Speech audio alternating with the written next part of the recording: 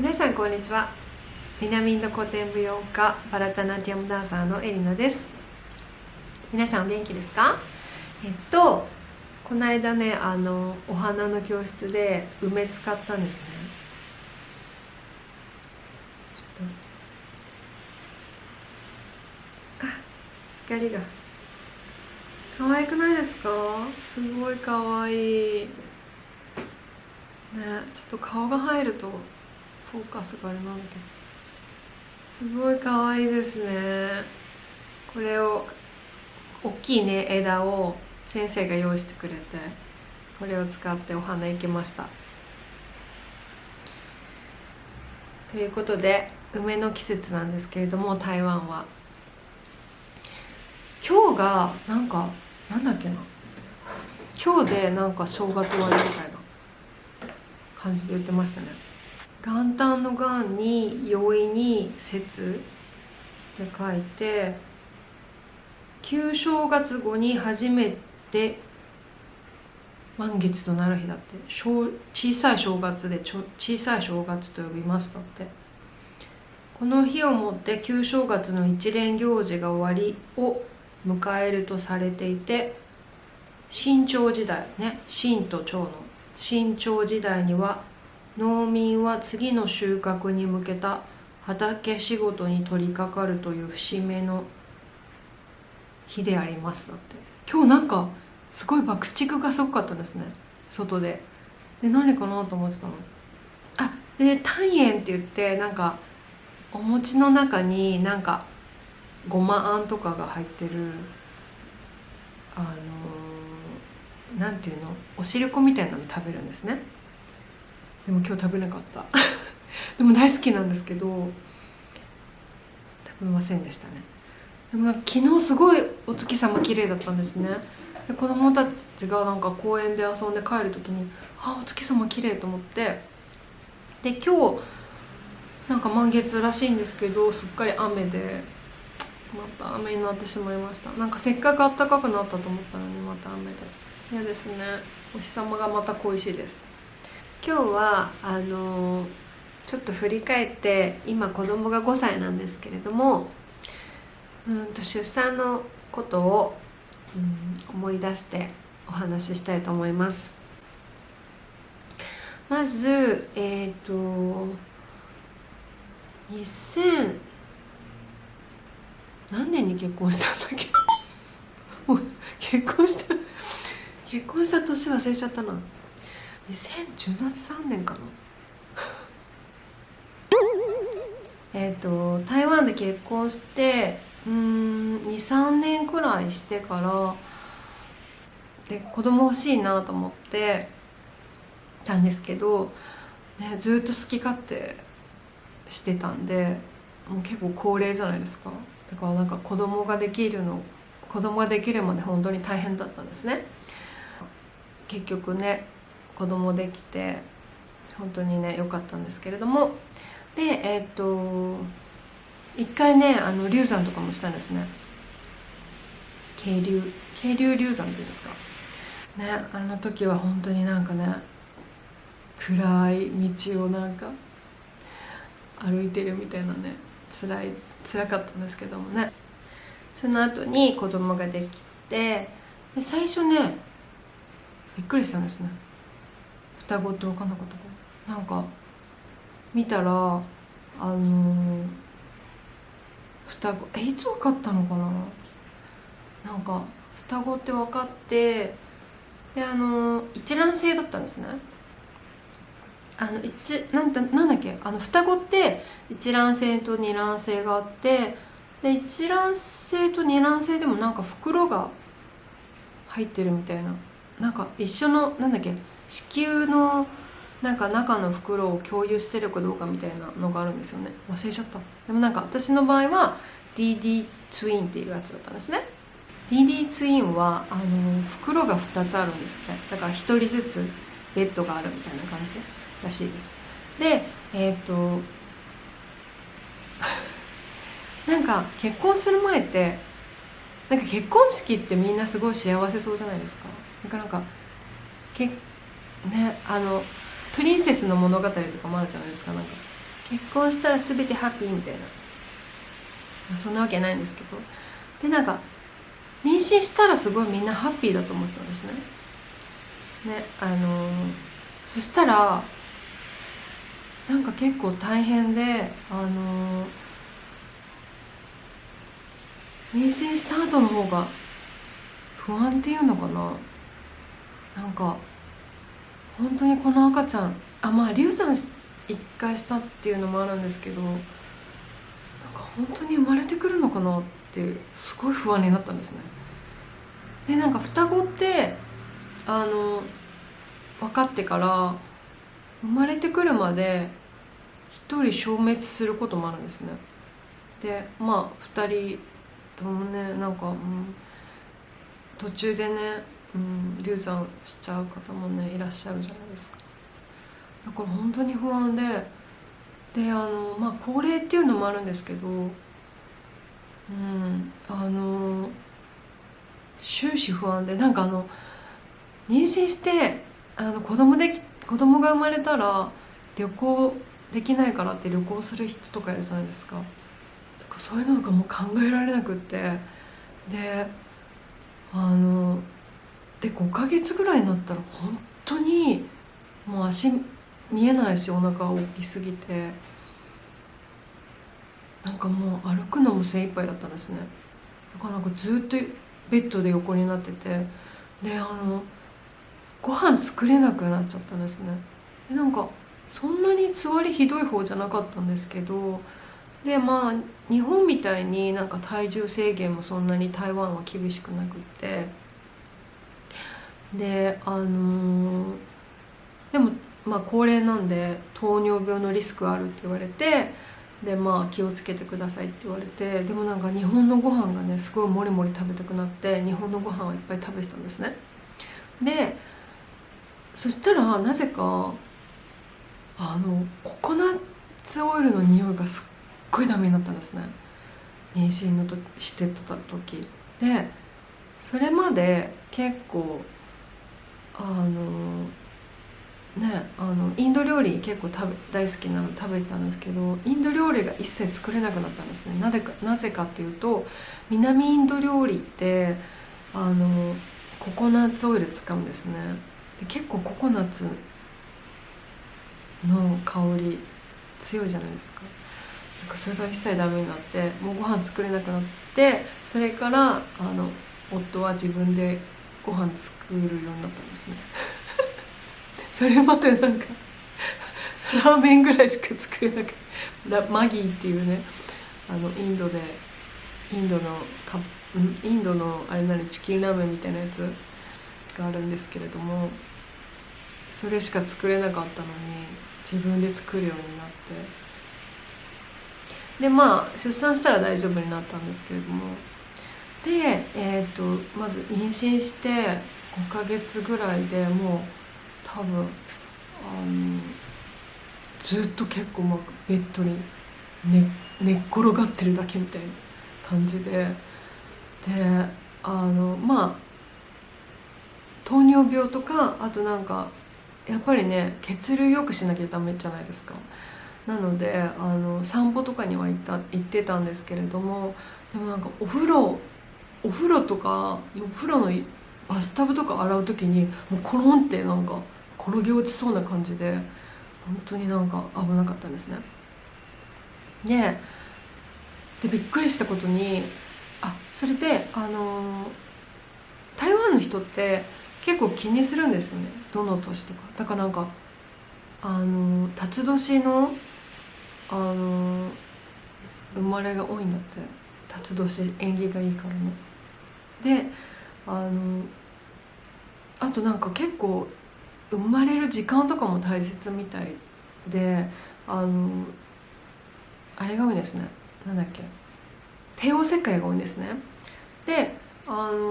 それでか知らないんですけど、なんか一応双子だけど自然に産みたいって申し出たんですけれども、それは却下されて、まあ頭の形にもよるって言われたんですけれども、結局計画帝王切開っていうんですか。でまあそれもあって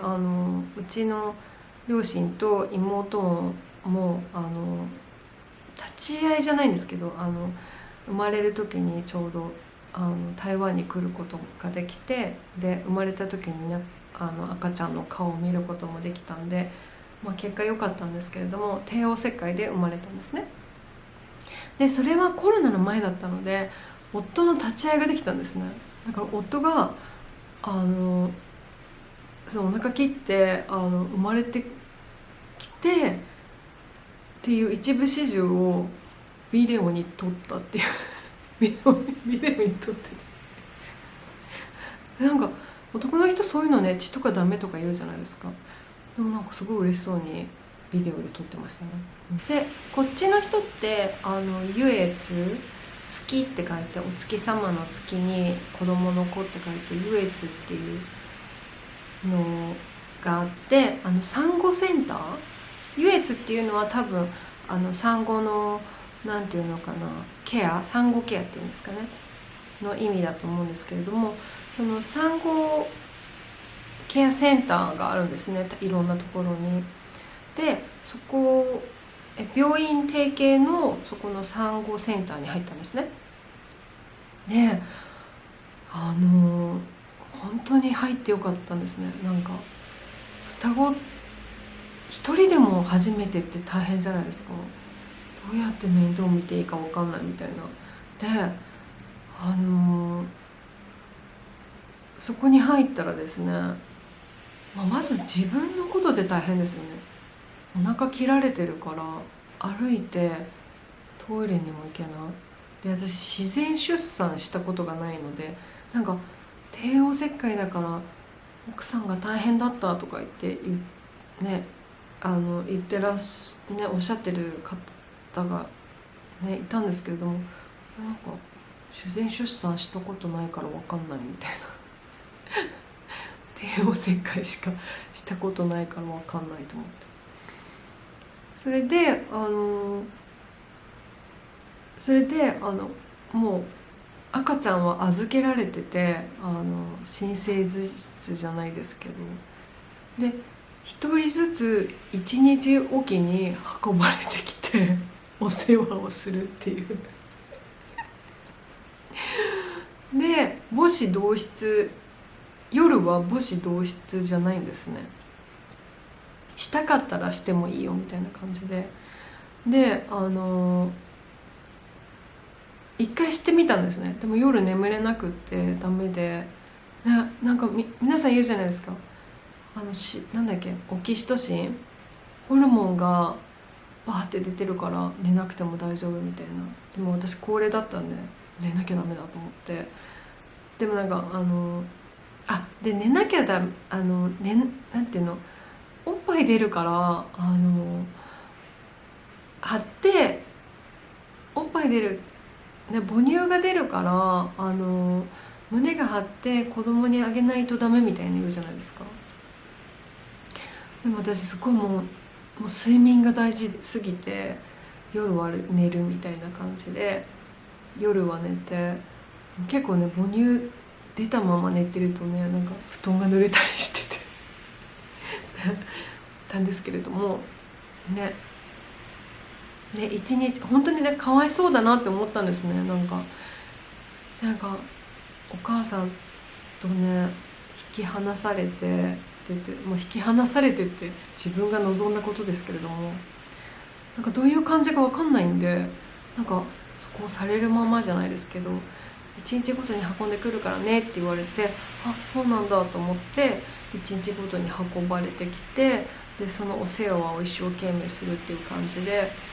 でなんか最初は最初の母乳が大切だって言うじゃないですか。で一生懸命母乳をあげるんですけれども、あれ最初の子って本当母乳のあげ方も分かんないんですよね。びっくりで、なんか一生懸命こうやってなんかやってて肩が凝っちゃって、なんか多分こうやって緊張してやってたんでしょうね。超肩が凝っちゃって、でもなんか全然母乳出てないって言われて、で多分これ子供をね結構大きく生まれたんですね。3000と2900いくつみたいな感じで、なんか普通の普通ですよね。普通の子が2人お腹に入ってたみたいな感じで、未熟児ではなかったんですけれども、でもなんか全然母乳をちゃんと吸ってくれなくって、私のあげ方が悪いのか、子供がねあれなのかね、食いつきが悪いっていうんですかわかんないけど、でなんか吸ってくれなくって、なんかママボリュームが足りないからミルクあげますって言われて、さって連れてかれて、でなんだっけ、粉ミルクだから、ほとんど結構粉ミルク半分ぐらいでしたね、育ってんの多分ね、うちの子供は赤ちゃんの時で、高齢で睡眠不足になると結構なんかね、うつに産後うつみたいになるじゃないですか。だから本当にね、優越産後センターに入っててよかったんですけれども、で昼間そうで、一番いいのがご飯作んなくていいし、掃除しなくていい、家事のことは全く気にしなくていいんですね。で寝る、とにかく寝るっていう感じで、ご飯もなんかそこはなんか他のところと違ってベジタリアンのとにかく母乳をいっぱい出すなんかお茶とかを出してくれる。あとご飯もその母乳にいいご飯みたいなのをいっぱい出してくれるところだったんですね。大安病院っていうところなんですけれども、美味しい料理ではなかったですね。なんか例えばなんかスープになんかよくわかんないハトムギみたいなよくわかんないの書いてたら芋系とかなんか何食べてんのかよくわかんないけど、なんか漢方っぽい感じっていうんですかね。とにかく母乳にいいみたいな。でも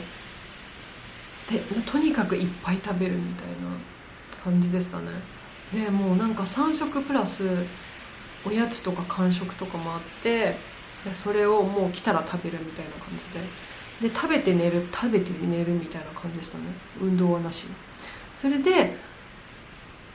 すんごい肩が凝っちゃって頑張ってこう母乳をあげようとしてるから、それでマッサージの人も呼んでくれたんですね。それは自分でお金出すんだけど、でもなんかそれで目の見えない方のマッサージ師の方が来てくれたんですね。その方が本当にすごいいいマッサージで、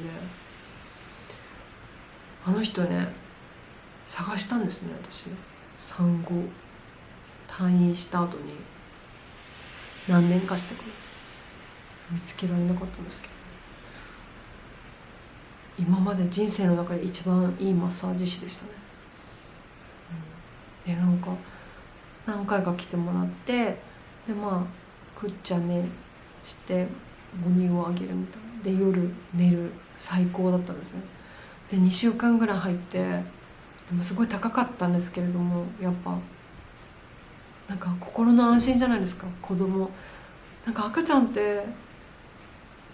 なんかちっちゃくて、なんかこれもなんか死んじゃったらどうしようと思って、なんかもう初めての子ってそんな感じですよね。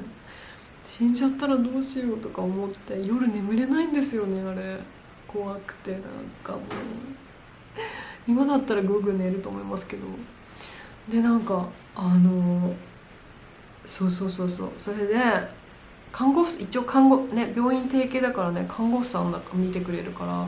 すごい安心して寝れたんですね。だから退院したくなかったですね。本当にこれ自分でやんなきゃいけないのと思って、なんか前髪が変、なんかカツラの人みたいな。それね、本当にお家帰るのが辛かったんですね。でもそしたら母が来てくれて助かりましたね。でなんかお家に帰って心細くって、なんでこんな泣くんだろうと思って、泣くたんびにどうして泣くのとか思ってたんですね。そしたらなんか母がなんでなんか泣くたんびにかわいいかわいいみたいな感じで、なんかなんで泣くのとか言ったら、赤ちゃんは泣くもんなんだからみたいに言われたら、あ、そうかみたいな。心の母の心の余裕がすごいなんか心の支えっていうんですか、なんかほっとしましたね、母がいることで。なんかやっぱり経験がある人がいるとほっとしますよね。でなんかいろいろなんかそのなんだっけ、産後センターでもいろいろ教わったんですね。お風呂の入れ方とか、まあ、母乳のあげ方、なんだっけ、母乳相談みたいな人もいて、なんか母乳どうやってあげるかとかで、台湾だとみんな添い寝してあげるんですよね。赤ちゃんをこうやって持ったらなんか負担だからダメとか言っていうのを信じてて、でそうそうそうそう、それでなんかシャワーとかも部屋についてて、で夫も泊まれるんですね、そこは。でなんか夫は泊まってそっから仕事場に行くみたいな感じで、夫はなんかヨガマットとかいろいろ持ってきてて、でなんか赤ちゃんがいない時はなんかそこの周りをうろうろして遊んだりしてて、なんかすごいエンジョイしてましたね。私は全然余裕なかったけど、なんかやっぱり人生エンジョイしたもの勝ちですよねとよく思いますね、なんかこっちは必死だけど、そういうなんかそれでなんか先生が見に来るんですよね。産婦人科の女の先生なんですけど、ほんで女の先生が見に来て、そういうなんか夫のヨガマットとかを見て、あ、この人はなんか人生をエンジョイ仕方を知ってるねみたいな言ってて笑っちゃいますね。それでまあ母がそうそうそう、それでなんかね、産後センターはダブルベッドかな、でなんか夫も泊まれて、で部屋にシャワーもついていて、でパジャマもね支給してくれて、哺乳瓶って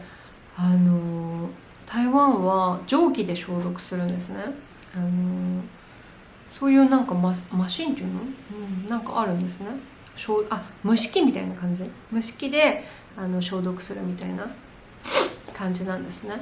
だからなんか日本みたいに漂白剤使わないんですよ。なんか日本でもありますね、電子レンジでチンみたいな、チンで消毒みたい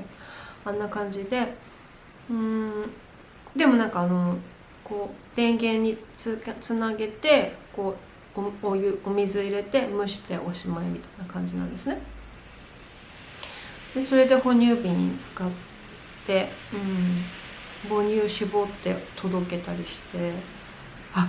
でね、すごいでいろいろおすすめグッズがあるんですね。マイブレストフレンドっていうのがあるんですね。なんだっけ、授乳クッションで同時授乳するときにね、赤ちゃんがねこう2人ここにいるわけですよね。それで2人抱えるのって結構難しいんですね。でもなんかそれだとクッションがねすごい高くて、低いとこうやってやるからなんか結構肩こっちゃうんですけど、すごい安定してて、で双子用の授乳クッションなんですね。だからそれがすごい良かったんですね。でそこにちょっとポケットがついてて、ちっちゃいハサミとか入れといて爪切ったりして、ね、赤ちゃんの爪ってちっちゃいですよね。でその授乳クッションを使って授乳してたんですね。であとね、一番ね活躍したと思うのが搾乳機ですね。まあね、母乳でずっとやってた人は絶対搾乳機なんていらないですよね。でも私は搾乳して夜お家に帰った後にね、夜は旦那にミルクあげてもらったんですね。母乳を搾乳しといて。でその時私は寝るみたいな。じゃないと全然眠れないじゃないですか。で眠れないとやっぱ鬱になったりするのが嫌だったので、眠れないと本当大変ですよね。お母さんって本当に大変ということで、搾乳機が本当に役に立って、でその搾乳機がですね、搾乳機って皆さん子供いない人知ってます？あの形本当嫌じゃないですか？なんかここになんかボトルついてるの、本当信じらんない。あんなのつけなきゃいけないなんて嫌だなと思って、何これって最初に見た時に何これって思ったんですね。こんな牛みたいなみたいな、牛みたいじゃないですか。こんなのつけたくないと思って、それでなんかあれやってる間動けないじゃないですか。どこにも行けないじゃないですか。こんな忙しいのにどこにも行けないなんてありえないと思って、でハンズフリー探したんですね。そしたらなんか韓国のメーカーでハンズフリーの搾乳機を見つけて、あれ本当におすすめですね。なんか丸くなってて、こうなんかつけてこうウィーウィーっつって電動で搾乳されるんですね。だけどなんかこうハンズフリーなんで、そうなんかこう電源にこう入れとかなくても動き回れるんですね。なんかこう搾乳されて、ここのカップの中に母乳が入って、その母乳を入れればいいの、なんていうの、そのボトルに。でそれも充電できて USB で充電できて、そのバッテリーっていうのかな。でバッテリーもちょっとなんか真ん中にポッとかポケットに入れとけばあっちこっち行っても大丈夫だし、そのこうボトルが直接こうおっぱいに胸についてないんで、あれあるとね、なんかどこにも行けないじゃないですか。なんかカップ、このブラに入れられるようになってるんですね、カップが。なので本当に楽でした。あれみんなにおすすめしたいですね。でもその時日本にね売ってなかったの、アマゾンとかでも。で韓国のしか売ってなくて、でなんか韓国のやつを輸入してたやつを買ったんですね。なのであれは絶対おすすめですね。でもやっぱり台湾で出産してよかったですね。やっぱりその産後センターなかったら双子で辛かったと思います。妹も出産したんですけど、でも妹出産した時本当になんか死にそうになってて、なんだっけ、このなんか緊急ルームに入った、なんだっけ、あれなんて言うんでしたっけ、なんかもう出血が多すぎて死にそうになってたんですね。本当に死ななくてよかった。出産で亡くなったりしたら本当に悲しいじゃないですかね。だからもう本当にね、高齢出産する方はもう絶対大きい病院でね出産してください。本当あれ小さいとこでなんかクリニックとかで出産してたらダメだったと思う。あとなんかね、お家で出産する方いるじゃないですか、なんかプールとかでねえ、まあ、別に悪いとは言えないんですけれども、やっぱり安全が第一ですよね。なんかそういうのは憧れますけど、でも本当万が一何かがあったら大変なので安全第一ですね。でそうで産後センターでなんか私のところは病院付属だったんであんまりいろいろサービスがなかったんですけれども、なんかもうちょっとねいい産後センターはご飯も美味しいし、あとなんかねいろいろサービスがあるらしくて、美容院とか髪切ってもらうのとか、あとなんか新生児写真可愛いですよね。赤ちゃんの写真撮ってくれるとかもあるんですね。だからいろんなサービスがあるみたいなので、でもね私のところはなかったんですね、新生児写真撮ってくれるサービスとかは。本当になんか病院って感じで。でもなんか安心でした。やっぱり看護婦さんいるし、病院付属だからなんかお医者さんも来てくれるし、そうお医者さんも来てくれて定期検診みたいなちゃんと見てくれるんですね、でいっぱい日本と違うんですよね。なんか台湾って産んだらもうすぐに注射始まるんですね、予防注射みたいなやつだから、なんかそういうのもねすぐ行けるし楽ちんでしたね。そうそうそう。で費用は5年前ですけどね、5年前で多分1泊6500元ぐらいだったんですね。でもその時は円安じゃなかったんで、もうちょっとね円に換算すると安いですけれども、でも高かったけど行ってよかったですね、あと家に帰ってきてね買ってすごい良かったのがなんだっけ、あれですね、バウンサーですね。バウンサー、ベイビービオルンのバウンサーが本当に良かったです。2つ買ったんですね。ベイビービオルンとヌナっていうやつで、ヌナはすごいおしゃれなんですけれども、なんか赤ちゃんがどんどんこう滑っちゃって、でもベイビービオルンってなんかこうちゃんとお尻がスポッてはまるとこがあるんで、ちょっとこうなんかね揺れても大丈夫みたいな。で赤ちゃんって結構動くじゃないですか。だからなんか動いてる間に滑り落ちちゃう感じがして、ヌナはベビーブルーンが一番いいなと思いました。2、1。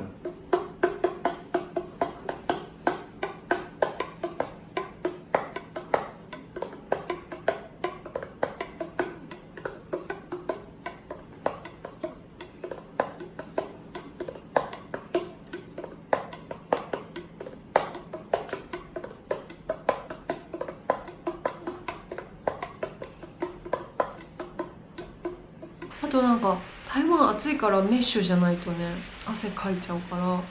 メッシュのベイビーブルーが本当にねおすすめでしたね。でなんだっけ、ハンズフリーの授乳クッションっていうのがあって、2人じゃないですか。で同時に授乳してすぐ寝てくれると、私もう寝て、双子って同時に授乳しないともう代わるがる起きてきて寝る時間なくなっちゃうんですよね。だから同時授乳して同時に寝てもらって、その時に私も寝るみたいな感じで、バウンサーに寝かして、バウンサーに2人置いて、でハンズフリーの授乳クッションをねここにあるんですね。なんだっけ、ママ大根ミルク屋さんってやつ知ってます？ビーズクッションのこんぐらいの四角みたいなやつ、ここに置いて、ここにボトルを置いて自動飲みみたいな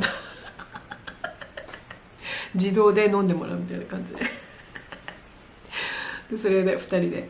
飲ませて、でなんかこれで見てママいるよみたいな感じで、飲ませてましたね。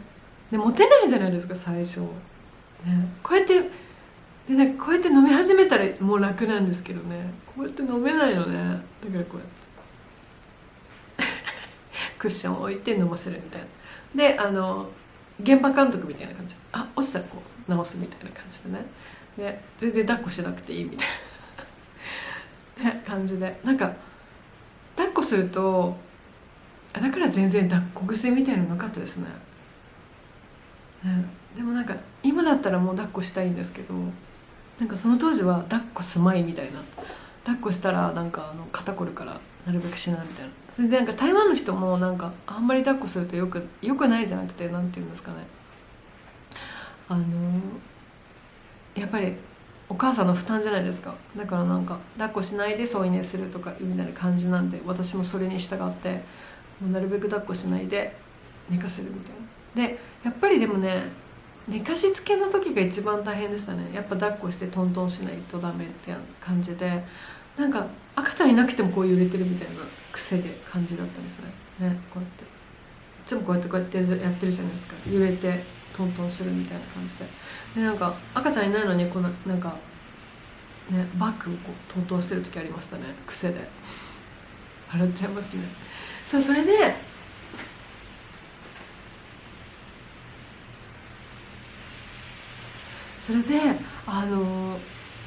本当にね、なんか初めての子だし高齢だし双子で不安すぎて、あれなんかいろいろブログとか読んであれを買ったんですね。カリスマナニーのなんだっけ本、知ってます？カリスマナニーの本、全部タイムスケジュールが書いてあるんですね。で最初の子なんで、どれくらいミルクを飲ませていいのか、どれくらい赤ちゃんが寝るものなのか何にも分かんないわけですよね。まあ産むがやすしじゃないけど、それでね、もう飲まなくなったら寝させればいいじゃんって思うんですけど、あれって全部あの本の中には何が書いてあるかっていうと、全部朝から晩までのスケジュールが書いてあるんですね。でそれを見た時にうちの母親がびっくりして、赤ちゃんにスケジュールなんてあるわけないじゃんって言って、赤ちゃんが泣いたらミルク飲ませておむつ替えてってやるんだよみたいな感じで言われたんですけれども、そうするとですね、私たちが寝れないんですね。でまあ仕事ないんでそれだけやればいいじゃんって感じなんですけれども、本当に24時間寝れなくなっちゃうんで、それを忠実にやったんですね。まああれって結局は親のため、親がどうやってハッピーで健康でいられるかみたいな感じでなんですね。親の健康を保つためのスケジュールなんですね。でどれくらいミルクを飲ませて、でも欧米の方が書いてるんで、欧米の赤ちゃんって結構ミルクの量も多いし、なんか体力あるベイビー向きなんですけれども、あれを見てなんかもう毎日これくらいのミルクって言って、これくらい寝かせてこれくらい、寝れば十分みたいな目安、それをなんか心の支えにして育児してたんですね。多分なんか今子供産んだらそんなことやらないですけれども、その時はなんかあれだけが心の支えだったですね。これをやればなんか赤ちゃんちゃんと育ってちゃんと寝てくれるみたいな感じでその本に夜の授乳は夫にやってもらって、その分赤ちゃんって3時間おきぐらいじゃないですか、ミルクあげるのね。だからその1回をスキップすることによって6時間はちゃんと寝る時間が取れるよ、ママは取れるよみたいな感じで。でもなかなかねうまくいかないですけれども、やっぱり途中で起きることもあるし、でもなるべく同時に授乳して同時に寝てもらって、その3時間の間に、なるべくねなんていうの、休めるようにしてもらするみたいな感じで頑張りましたね。で母がね2週間ぐらいいて帰ったんですね。でうちの夫の親が来てくれて、だから結局2週間で1ヶ月半ぐらい誰か来て、手伝ってくれたんですね。でその後にご飯3時間だけお願いしてご飯作ってくれる人と、人じゃなくてご飯作って簡単に掃除とかしてくれる人を頼んだんですね。知り合いの人に誰かいないかって言って、台湾のおばちゃん来てくれて、でもう何でもいいからね、メニューとか言わないで、もうとにかくご飯だけ作ってもらって簡単な掃除してもらって、でもうその間は寝てるって感じで、結構ミルクあげるのとかやっぱ2人だと同時で大変じゃないですか。なかなかねバウンサーあってもうまくいかない時はいっぱいあるので、寝かしつけをねちょっとお願いして、その時には寝たりして、それで本当になんか体力回復に努めましたね。もう結構ね3ヶ月ぐらい頼んだらいいかなと思ったんですけど、結局離乳食始まってもうちょっとしてぐらいまで、頼んでましたね。平日の毎日3時間だけ。なんかでもそれがなかったら本当、でもそれねが、まあ、働かなくてよかったのも本当にありがたかったし、あね、そのお手伝いさんを雇えたのも本当もね、ラッキーじゃない、夫に感謝ですね。ということで手伝いに来てもらって、なんとかそれをしながら、本当にね過酷でしたよね。今考えると本当に過酷でしたね、双子育児。あとね、ベビーカーも3回ぐらい変えたんですね。で、最初のベビーカーはなんだっけ、トラベルシステムって言って、ベビーカーにこうなんか車に最初のベビーの時って、赤ちゃんの時ってすごい予防接種多くないですか？日本と違うから分かんないんだけど、なんか2週間に1回ぐらい予防接種があったような気がして、でその子供が生まれるタイミングで車も中古車を買ったんですね。でその車につけられるカーシート、ベビー用のカーシートみたいなやつで、それをなんかカチャってベビーカーにつけられるみたいなやつ買ったんですね。でなんかベビーカーこうベビー乗せたままベビーカーにも置ける、ベビーカーにもつけられるし、そのまま運んで車にベビー、なんていうの、ベビーシートとしてこう持ち運べるやつを双子用のねを買ったんですね。で全部双子ってすごいお金かかるじゃないですか。1回に2回かかるから。で最初いろいろ探したら、なんか赤ちゃん用のなんていうのかな、リサイクルショップみたいなのあるかなと思って探したら全然なくって、でどこで見つけたのか分かんないんですけど、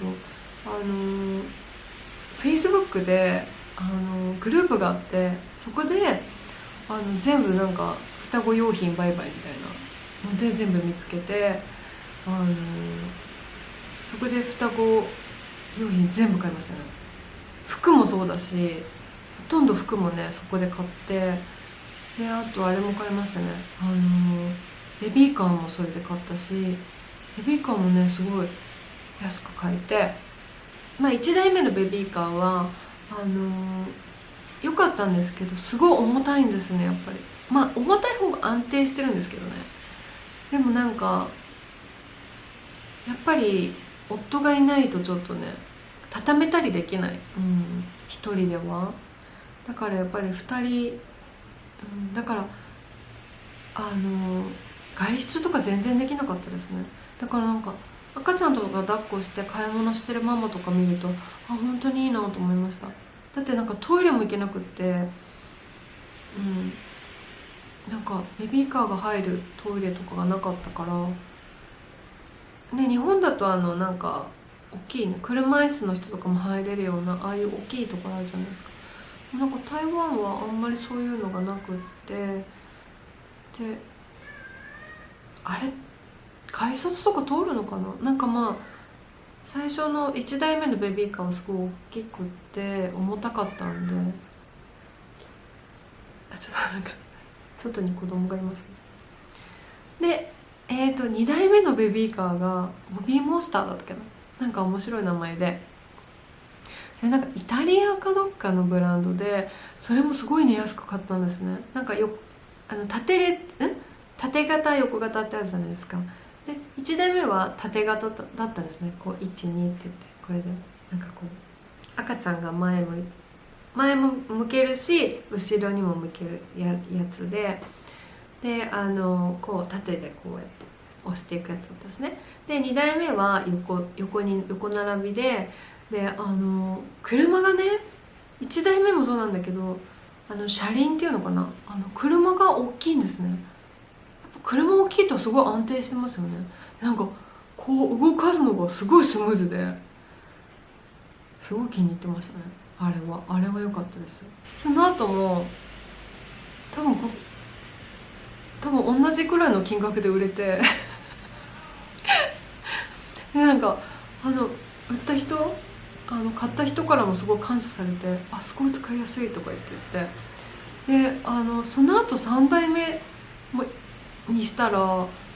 安いのにしたんですね。で軽い折りたたみすぐできるやつ、そしたらもうガタガタガタガタっつって全然ダメでしたね。やっぱり軽いで軽くてすごい畳みやすいんですけども、なんか荷物とか置くとすぐにコンってなっちゃうの。いや危ないですよねあれ。やっぱり重たいやつが安定してる。で1台目も2台目もなんか荷物入れられるとこがあって大きくて、それも良かったですね。すっごい荷物いっぱい持たなきゃいけないですかね。だからなんか全然外出とかしなかったね。そんな感じでしたね。まあでも5年前のことなんですっかり忘れちゃったな。で子供が2歳になるまでは、保育園行かなかったんで、2歳になってやっと保育園行ったんですね。だからそれまではだから毎日そのカリスマナリーの本を見ながら頑張って、授乳とかねいろいろ頑張って、離乳食とかまで頑張って、で毎日近くの公園に連れて行って、なんかね電車とかでもこれ乗れなかったんですね。だからなんかママたちと会うみたいな会に入会したんですけれども、なんかママなんていうんだっけ、プレイデートの会っていうのかな、なんかベビーがいるママたちの会に入会したんだけど一度も行けずに、なんで行けなかったんだろう。具合悪くても全然病院に行けなくって、なんで行けなかったんだろう。今考えるとなんでだろうと思うんだけど、車にも一人だと車にも乗れないしタクシーも乗れないんですよね結局。2人いると、だってタクシーって赤ちゃんいると1人抱っこして、それであれも買ったんですよね。なんか双子を抱っこできる抱っこ紐みたいな、なんか重たすぎてちょっと運べないみたいな。でそれでお友達になったね日本人の方いるんですけれども、でなんかタクシーも乗れないし、でなんか公共交通機関も怖くて乗れなくって、双子だとなんであんな怖かったんだろう。今考えるとなんでだろうと思う。でもベビーカーもね結構なんか改札とかも入れるようなところのやつね買ったんですけれども、でなんか突発性難聴みたいになっちゃって、でもなんかもうその病院に行く時間すらねなんかなくって、結局なんかね後遺症みたいな、耳鳴りずっと残っちゃって今もね耳鳴りするんですけれども、ああいうのもねママって自己犠牲しがちですよね本当にね。だからでもよく言うじゃないですか、飛行機でも自分に酸素マスクは自分にしてから子供にしてください。だからママが健康じゃないと子供の健康を守れないんで、皆さん、自分の健康をお気をつけくださいっていう感じで、双子育児で2歳になってやっと保育園行きだしてから、それからやっとなんか体には回復してきましたね。それまでも本当になんか大変でした。あとコロナもありましたよね。コロナいつからコロナになったんだっけ。なんか保育園に入れて少ししてからコロナだったんですよね。ということで2歳までそんな感じで、2歳から保育園に行きました。それまで大変でしたね。なんか2人を自転車の前と後ろに乗せてサイクリングとかはしましたね。そんなこともやってたな。毎日そうで公園に連れてくとね、歩けるようになるとこうなんか違う方向に行って走って追いかけたりとか、まあ、今となっては懐かしいですねということで壮絶な双子育児のお話でしたということでね、出産は台湾での出産はそんな感じでした。でもなんか台湾子育てしやすいと思います。なんかみんなすごいフレンドリーだし優しいし、子供に関してもすごいおおらかですね。でもなんかうちの近所の人たちはちょっとあれだったんですけど、前の家のね、基本的にはねみんな子供とか大好きだし優しいですね。ベビーカー畳まなくていいしということで、それではまた。ありがとうございます。